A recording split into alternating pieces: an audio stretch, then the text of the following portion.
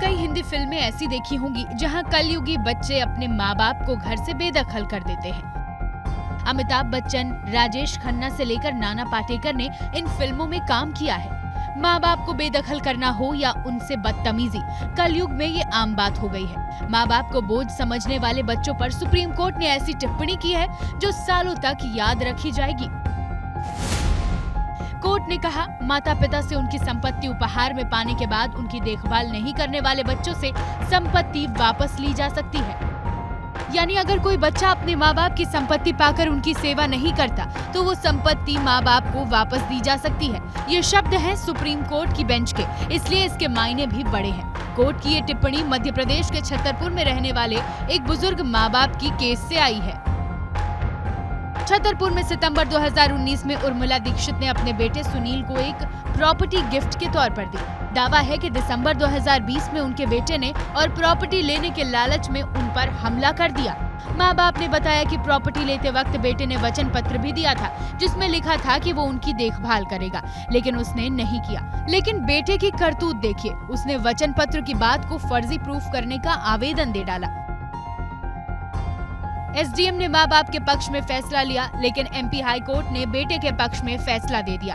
अब जब मामला सुप्रीम कोर्ट पहुंचा, तो कोर्ट ने माँ बाप के पक्ष में ऐतिहासिक फैसला सुनाया। सीनियर सिटीजन्स के राइट्स को लेकर बहुत ही लैंडमार्क जजमेंट है। इसके पहले हाई कोर्ट तक का मानना यह था कि ट्रिब्यूनल पोजेशन रिस्टोर नहीं कर सकता। पोजेशन या डीड का कैंसिलेशन सिर्फ सिविल कोर्ट का प्रेरोगेटिव है, जिसको इस जजमेंट ने बहुत ही अच्छे से क्लैरिफाई कर दिया है कि ट्रिब्यूनल के पास डीड कैंसिलेशन और पोजेशन को रिस्टोर करने के राइट्स हैं।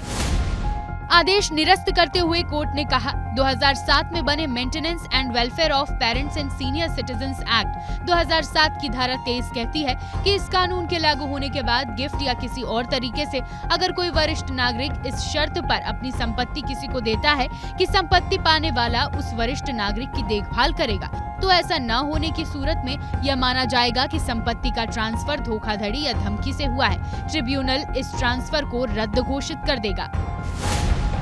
माँ बाप के पक्ष में फैसला सुनाकर कोर्ट ने उनकी संपत्ति हड़पने की नियत रखने वाले उस कलयुगी बेटे के मुंह पर कानून का तमाचा तो मारा ही, साथ ही एक एग्जाम्पल भी सेट किया कि अगर आपके बच्चे आपको भला समझते हैं, आपके साथ ज्यादती करते हैं, तो आप अकेले नहीं हैं, कानून आपके साथ है।